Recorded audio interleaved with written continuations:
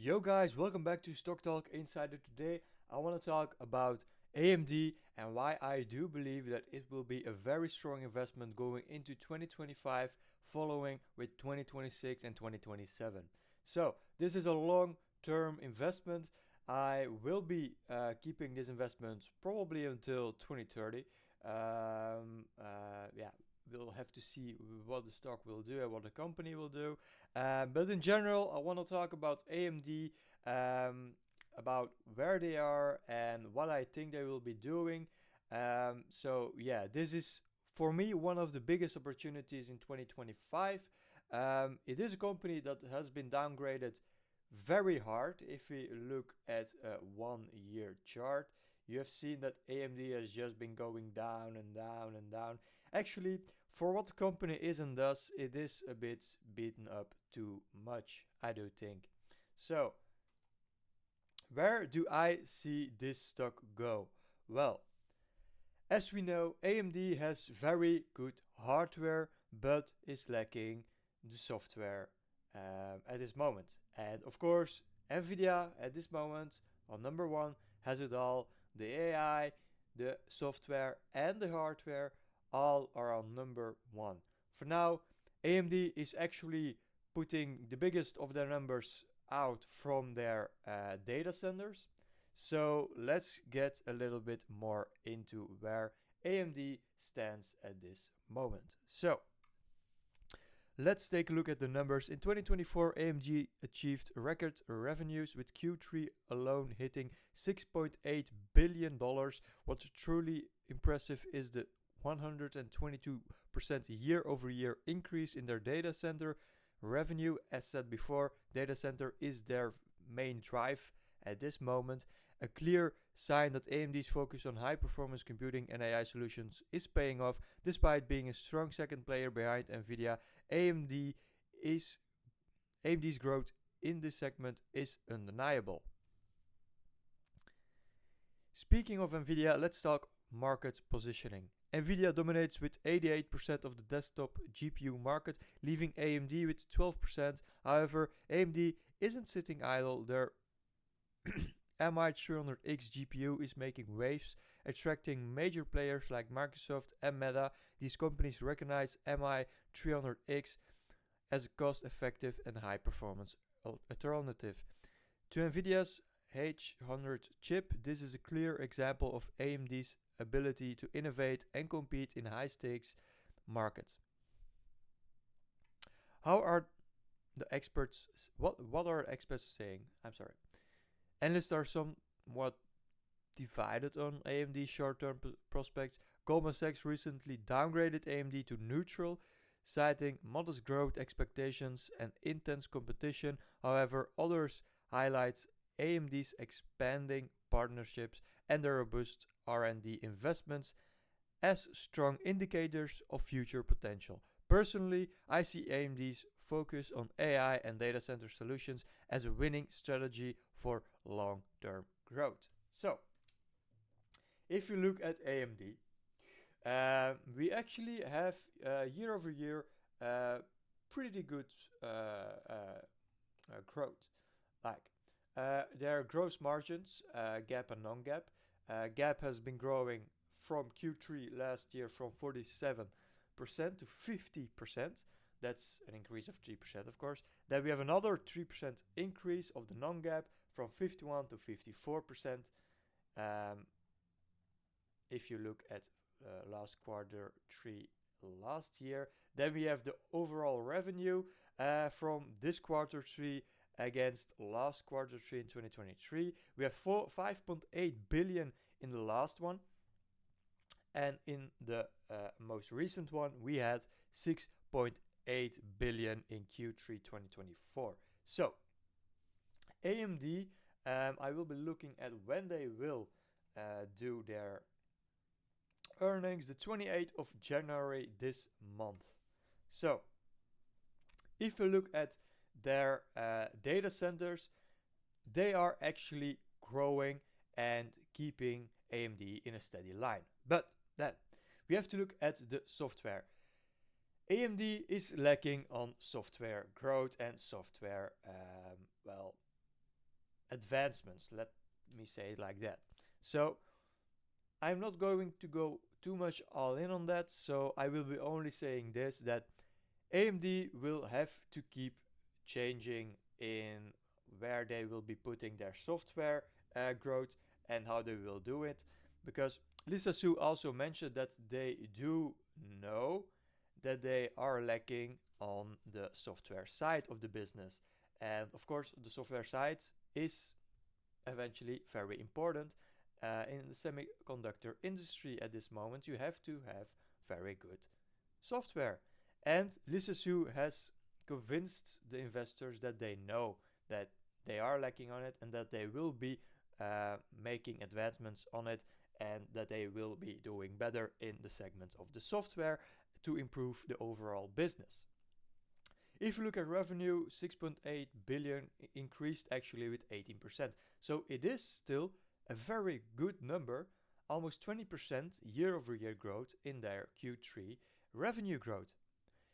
And as said before, yes, we have now discussed two things. The software has to be better. So we have to look at what AMD will be doing. I will take a closer look on where AMD is going with their software. And on the other hand, I am going to look if their data centers will keep growing, and of course, I do believe that they will.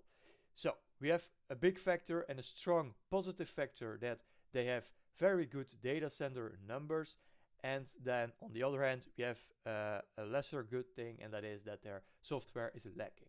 So we have those two things already. Then, if we go further, normally we can look at the margins of gaming. Let me look at where here. Gaming segment. So, revenue. Q3 we had 1.5 billion in revenue for the gaming segment, which only was 0.5 billion in last quarter. So, yeah, we only got $500 million out of revenue for, actually 462 million for revenue in Q3 2024. That's a downgrade of 69% year over year. This makes the operating income for the gaming segment 2% against the 14% of last year. So this is a very big, important point that we have to look at.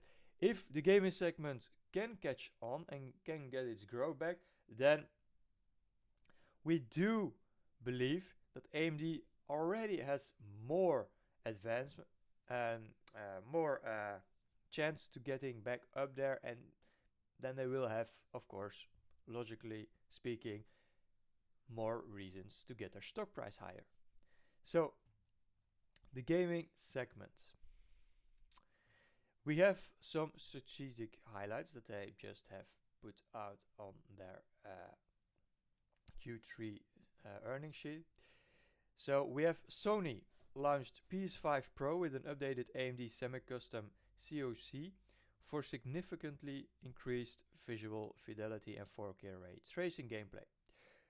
It released latest AMD software, so this is a point about software. They are trying to make their software work and improve it. So, Adrenaline Edition update, delivering new features, tools, and optimizations to enhance PC performance and gaming experiences.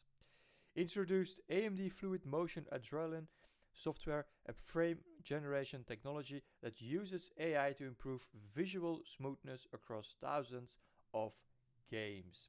So, if we see an improvement in last quarter for the gaming sector, then we have actually a very good point that maybe, of course, we need more quarters to look at those numbers in more a specific way.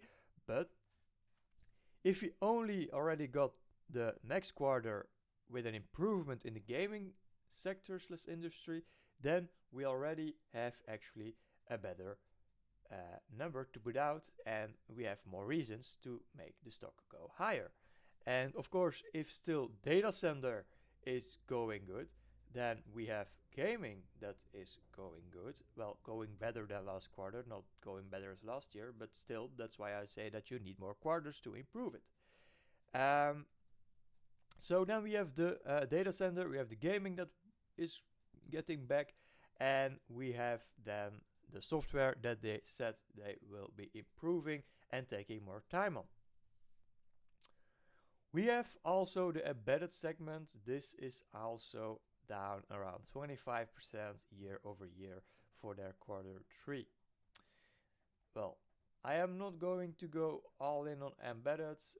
If you're interested in embedded, I am more interested at this moment in the gaming segment, because this is a big one that just has to improve. And there are a lot of products that they are getting out there for gaming.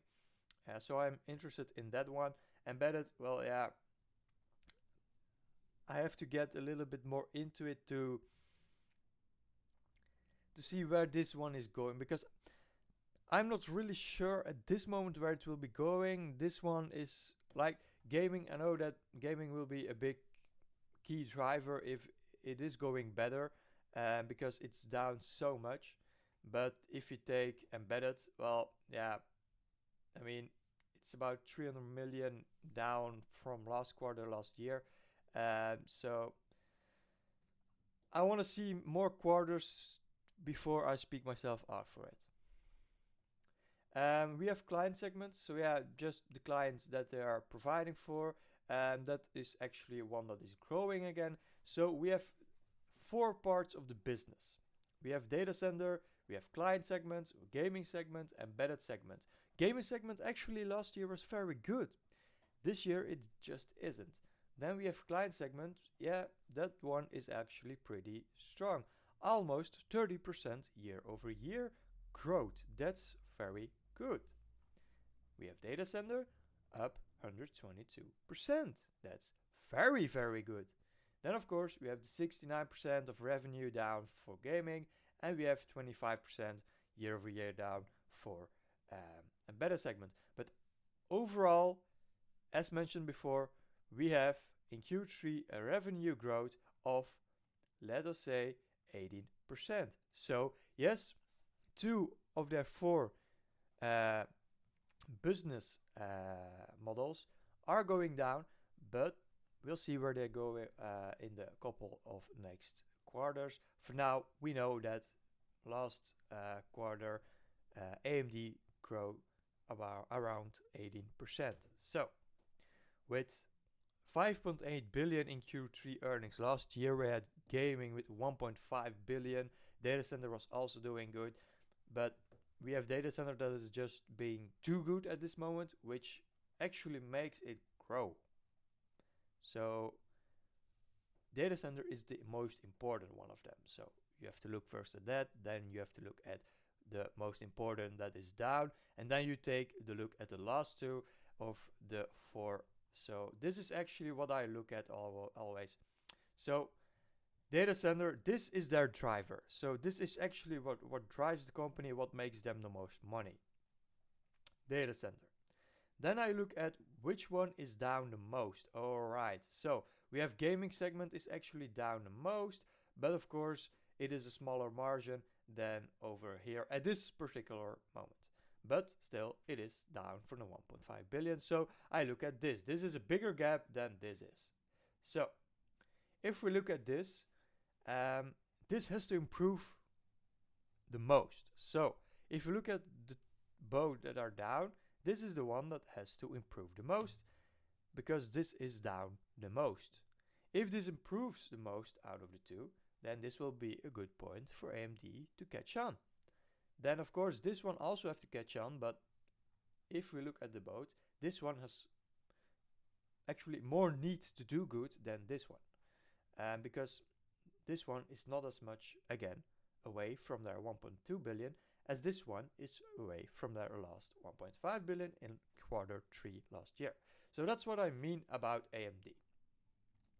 I am waiting on some news from the CPI, of course, because the market is pretty volatile at this moment.